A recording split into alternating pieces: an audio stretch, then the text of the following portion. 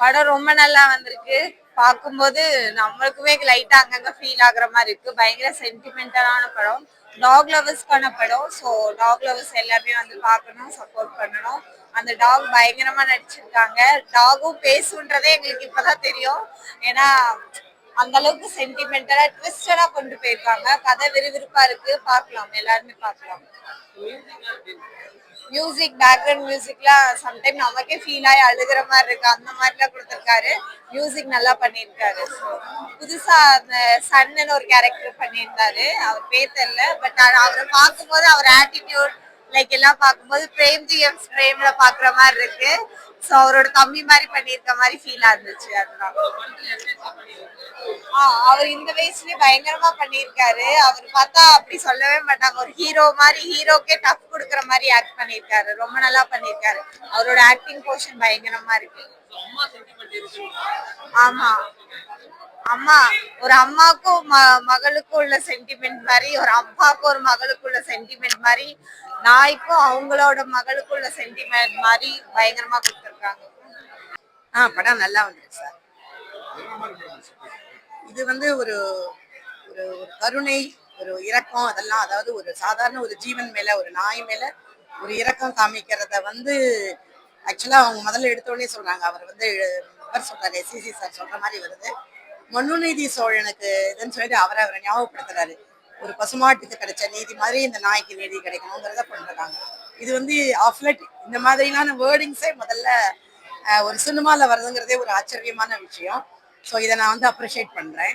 ஏன்னா ஒரு ராஜாவை வந்து ஒரு நீதிக்காக தன்னோட மகனை வந்து தேர்காலில் இது பண்ணின ராஜாவை வந்து இங்க நினைவுபடுத்தி அவரை வந்து ஒரு சினிமால கொண்டு வந்துருக்கிறதுங்கிறது ஒரு ஆச்சரியமான விஷயமா நான் பாக்குறேன். ரெண்டாவது, நாயை வந்து ரொம்ப நல்லா ட்ரெயின் பண்ணியிருக்காங்க. ஏன்னா அது வந்து ஒரு நாய் வந்து இந்த அளவுக்கு கொண்டு வந்து நடிக்க வைக்க முடியுங்கிறதும் ஒரு ஆச்சரியமான விஷயம். எஸ்ஏசி சார் அதுக்கு ஈக்குவலா வந்து அவரும் நடிச்சிருக்காரு. அதை வந்து ஒரு இத்தனை வயசுக்கு அவர் வந்து இவ்வளவு தூரம் முயற்சி செஞ்சு நடிச்சிருக்காருங்கிறது ரொம்ப அப்ரிஷியேட் பண்ணக்கூடிய விஷயமா நான் பாக்குறேன். ஃபர்ஸ்ட் ஆஃப் ஆல் வந்து இது வந்து இது போர் அது போர்னா யதார்த்தமா தான் இருக்கு. ரொம்ப கேஷுவலா போயிட்டு இருக்கு. ரொம்ப சீக்கிரம் முடிஞ்சுடுத்த மாதிரி இருக்கு. இன்ஃபேக்ட் படமே ஒரு 2 hours ரொம்ப சின்னதா, அதாவது ரொம்ப இழுத்துன்னு போகாது, எதையுமே கரெக்டா கொண்டு போயிருக்காங்க. ரொம்ப சீக்கிரம் முடிஞ்சுட்டு இவ்வளவு சீக்கிரம் முடிஞ்சுட்டே அப்படின்னு நினைக்கிற மாதிரி தான் இருக்கு.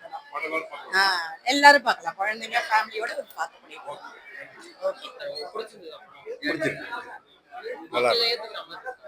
நல்லா இருக்கு. இது ஒரு புது விதமா இருக்கு. நல்லா இருக்கு. ரொம்ப நாள் கழிச்சு நல்லா பண்ணிருக்கேன். இல்ல அது தாயை பத்தி கதை தான். அது அப்படி கொண்டாந்துருக்காங்க. கரெக்டா நல்லா டைரக்டர் நல்லா பண்ணிருக்காரு. அடுத்தது டைரக்டர் நல்லா பண்ணிருக்காரு. சவுண்டு எல்லாமே நல்லா வருது. நல்லா இருக்கு. பார்க்கலாம். நல்லா இருக்கு. சூப்பரா இருக்கு. நல்லா இருக்கு.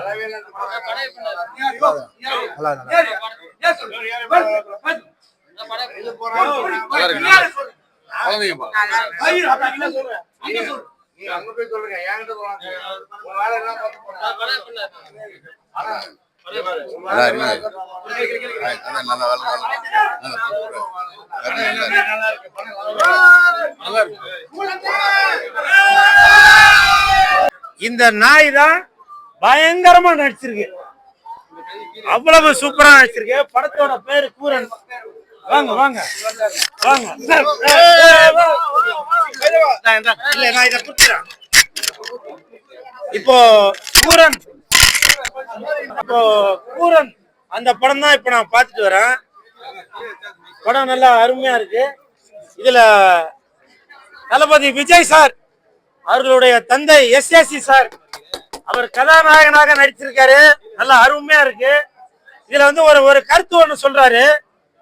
இப்ப நேத்து கூட பார்த்திருப்பீங்க, சீமான் சார் வீட்டுல சில பிரச்சனைகள் வந்தது.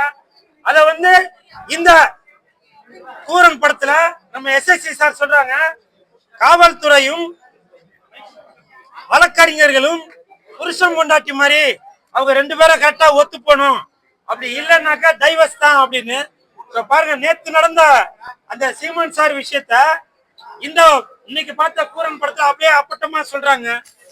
அந்த இயக்குனர் அவர்களுக்கு என் மனமார்ந்த வாழ்த்துக்கள், டைரக்டர் அவர்களுக்கு என் மனமார்ந்த வாழ்த்துக்கள். அதே மாதிரி இந்த படத்துல எஸ்எஸ்சி சார் ஒரு நாய்க்கு நடந்த இந்த மாதிரி ஒரு நாய்க்கு நடந்த ஒரு அவலங்களை, கஷ்டங்களை, துன்பங்களை, துயரங்களை அவருக்கு அந்த நாய்க்கு ஒரு தீர்வு கிடைக்கணும் அப்படின்றதுக்காக போராடுறாரு. நீங்க வேணா பாருங்க, 2025ல எஸ்எஸ்சி சார் ஒரு நாய்க்காக போராடுறாரு. 2026ல நம்ம நாட்டு மக்களுக்காக தளபதி விஜய் அவர்கள் எப்படி எல்லாம் போராடுவாரு அப்படின்றத யோசிச்சு பாருங்க. ஏன்னா இந்த படத்துல எஸ்எஸ்சி சார் அவர் வந்து ரொம்ப இளைஞனா தெரிகிறாரு. ஒரு ஒரு நாய் ஓடும் போது, ஒரு கார் ஓடும் போது அதையும் விட வேகமாக விஜய் சார் அவருடைய தந்தை எஸ்எஸ்சி சார் விஜய் சாருக்கு ஈக்குவலா ஒரு ரன் பண்றாரு. இந்த நேரத்துல வெந்து தணிந்தது காடு. பாருங்க, என்ஜாய் பண்ணுங்க. I love you all.